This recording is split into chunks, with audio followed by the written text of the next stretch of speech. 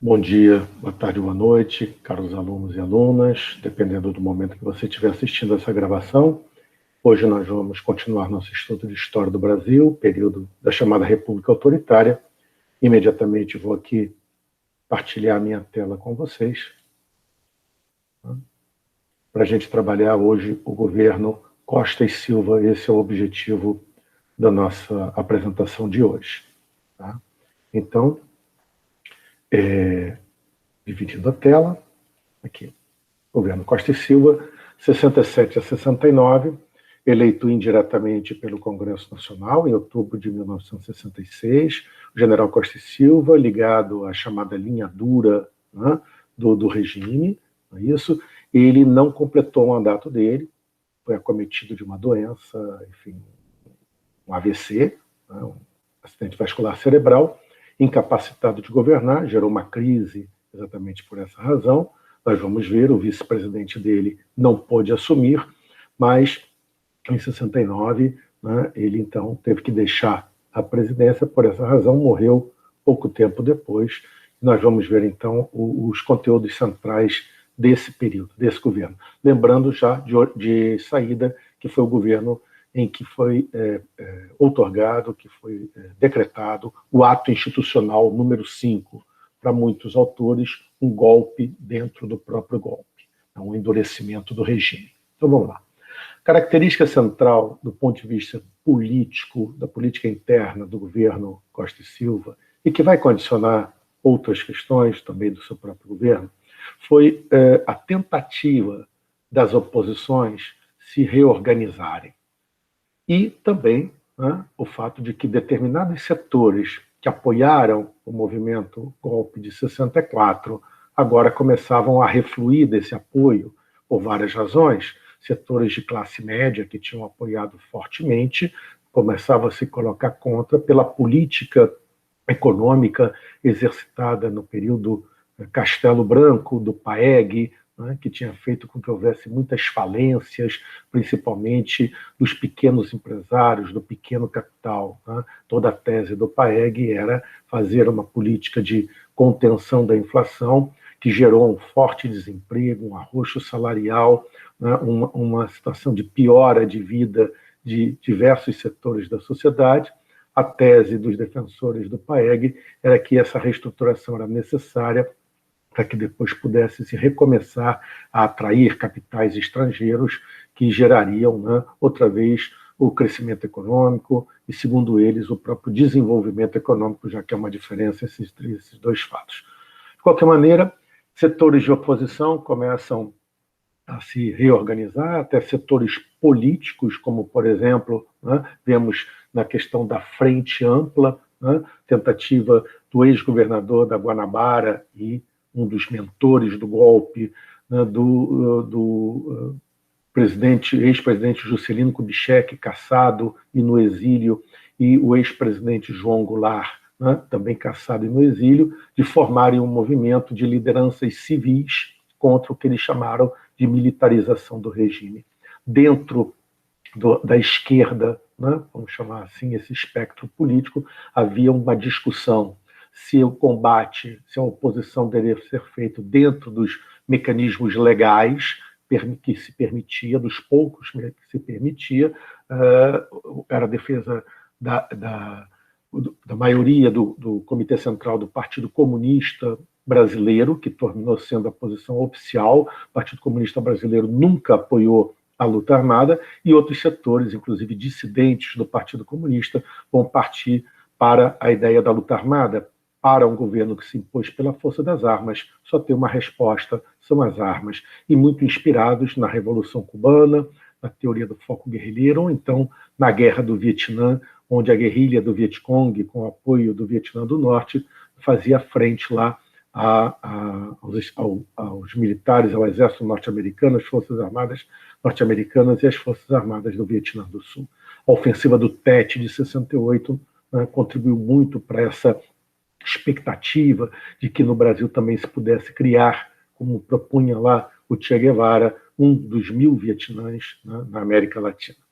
De qualquer maneira, a reorganização dos movimentos populares, ela também se deu no movimento operário, com duas importantes greves que foram reprimidas duramente pela força da Polícia Militar e do próprio Exército, em Contagem, Minas Gerais, e em Osasco, São Paulo, greves metalúrgicas, com processo de radicalização de determinados setores do movimento sindical, e o movimento estudantil, perdão, que já vinha num crescimento, né, inclusive em choques de rua com a polícia, desde 1965-66, em 1968, por razões, né, do assassinato do estudante Edson Luiz, né, no restaurante estudantil do Calabouço. Aquilo derivou numa escalada que levou até a passeata dos 100.000, o congresso da UNE em Ibiúna, que foi, né, reprimido pela polícia, e todos os participantes foram presos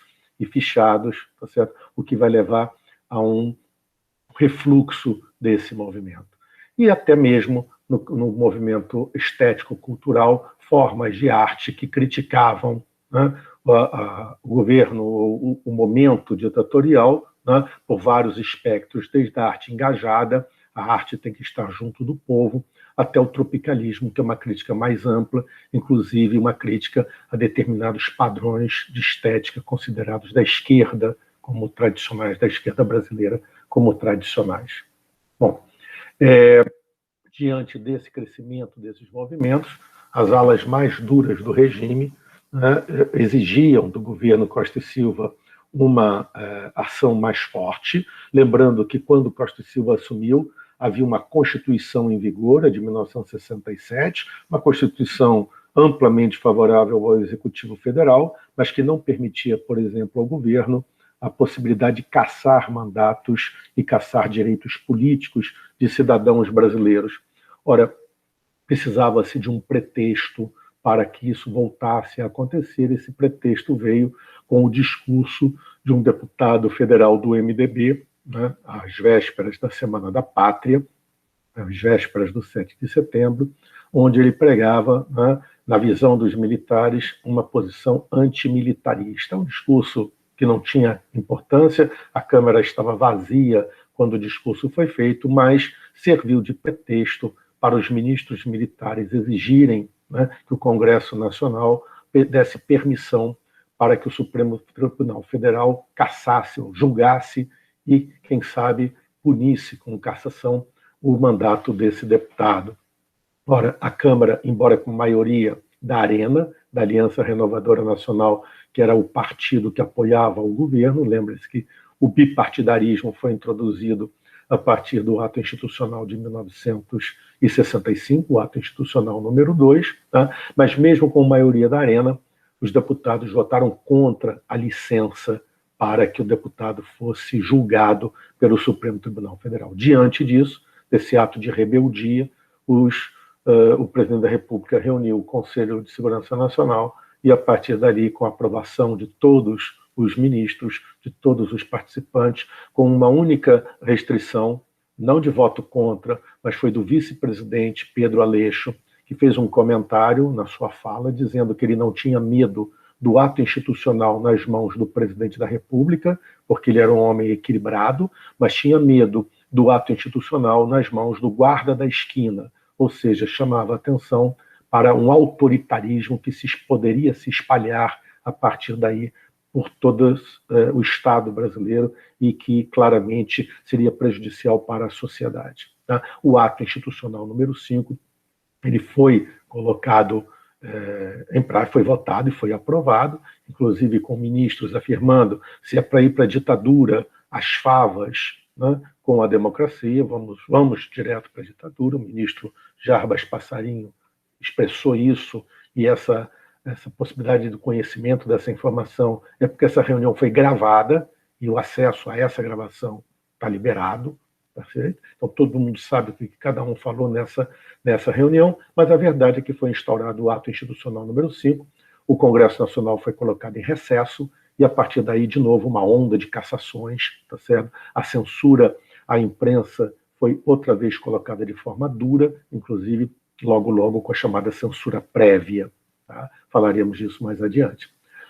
No campo da economia, a perspectiva do governo Costa e Silva foi a elaboração em 68 de um programa chamado Programa Estratégico de Desenvolvimento, que se aproveitaria da reorganização feita pelo PAEG anterior para atrair o capital estrangeiro e, a partir daí, começar outra vez um ciclo de crescimento econômico. E realmente começa um ciclo de crescimento econômico, o produto interno bruto já começa a crescer de forma bastante considerável, se eu não estou enganado, em 68, 7,5% em relação ao ano anterior de crescimento, e esse é o início do chamado milagre econômico.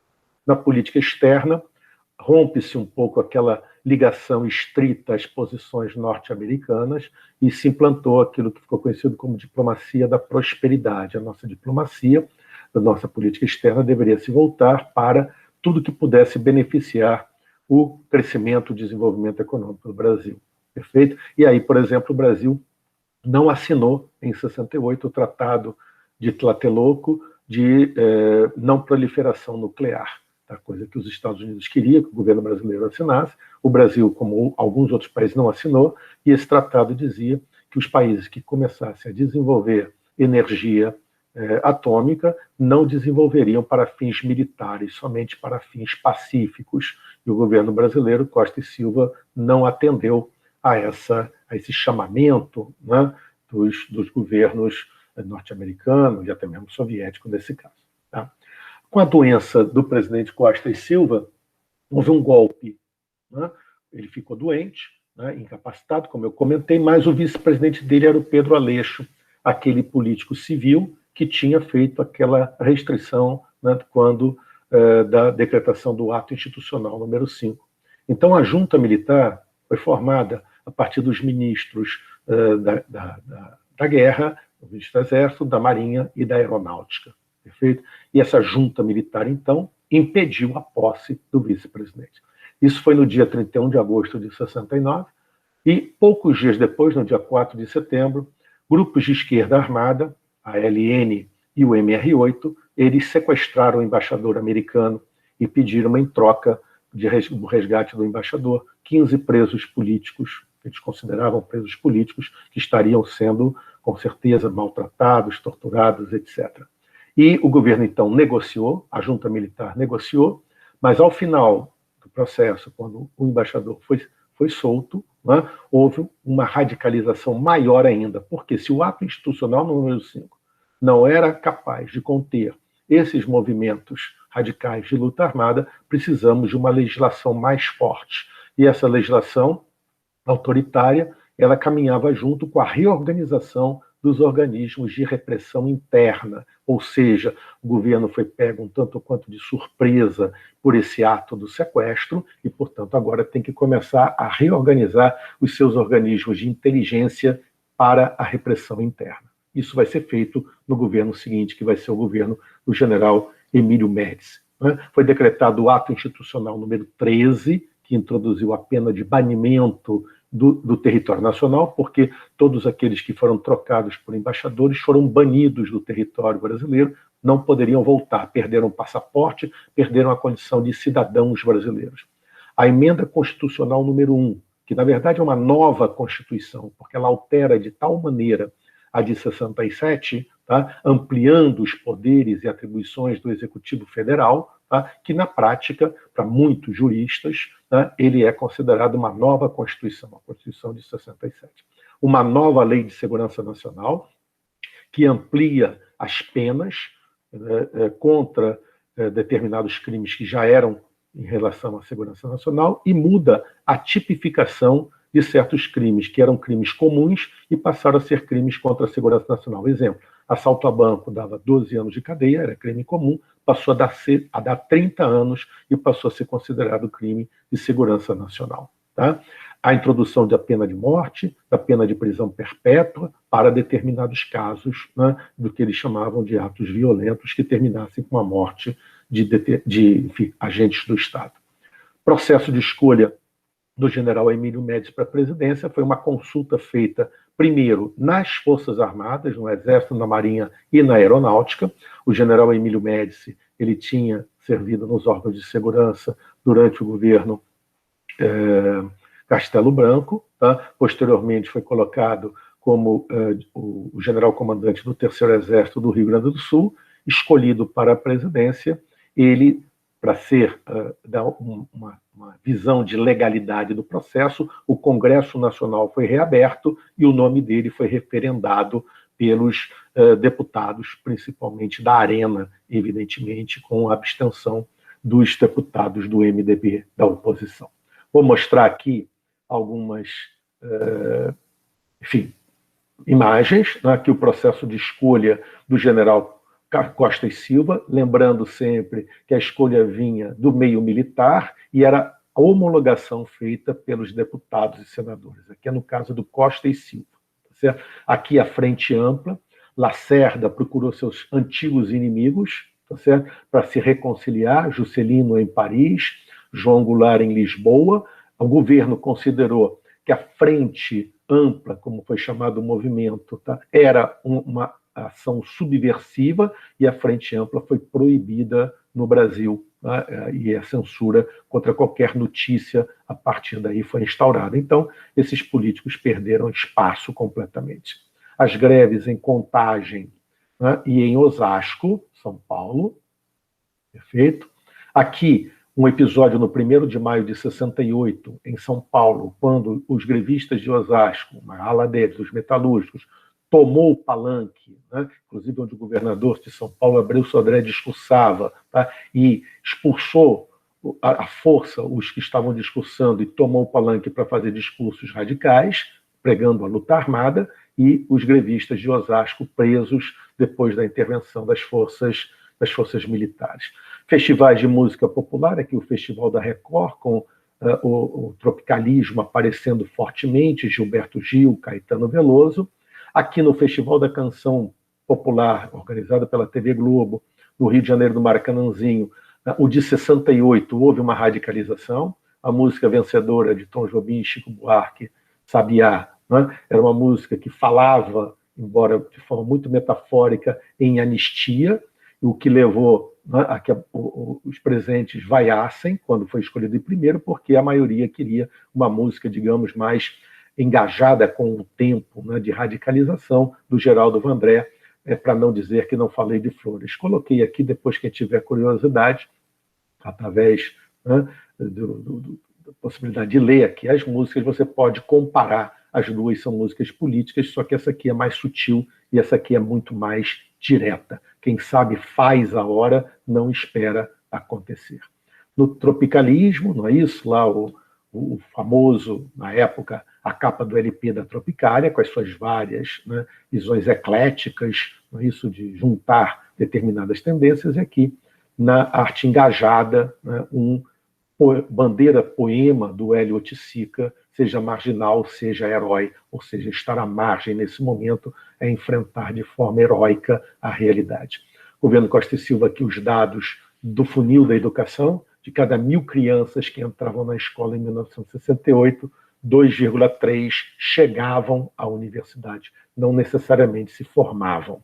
Tá? Que o movimento estudantil, não é isso? O assassinato do Edson Luiz pela polícia, a missa de 7º dia com os padres tentando impedir a cavalaria de fazer uma ação contra os estudantes, aqui a passeata dos 100 mil, tá certo? O congresso de Biúna, que foi cercado e todos os líderes estudantis que participavam do congresso, de tentativa de recriação da UNE, proibida pelo governo, eles foram presos, tudo bem?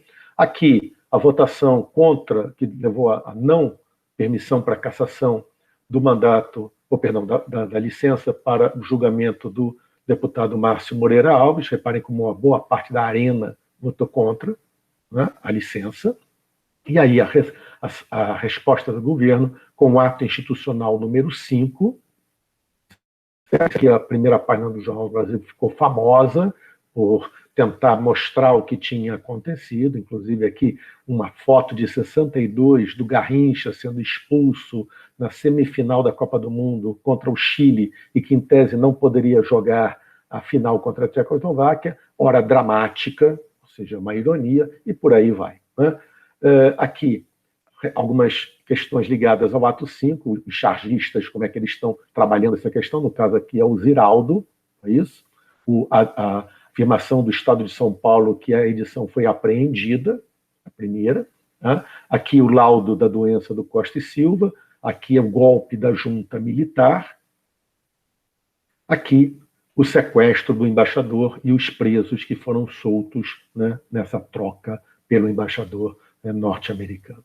Aqui os atos institucionais, a escalada de atos institucionais e a eleição, né, do general Médici dentro das Forças Armadas e depois a homologação pela Arena no Congresso Nacional por maioria de votos dos deputados. Tá? Com isso, eu encerro essa apresentação, agradeço a paciência de vocês. Desejo a todos que todos estejam bem, tá? E nos veremos em breve. Um abraço.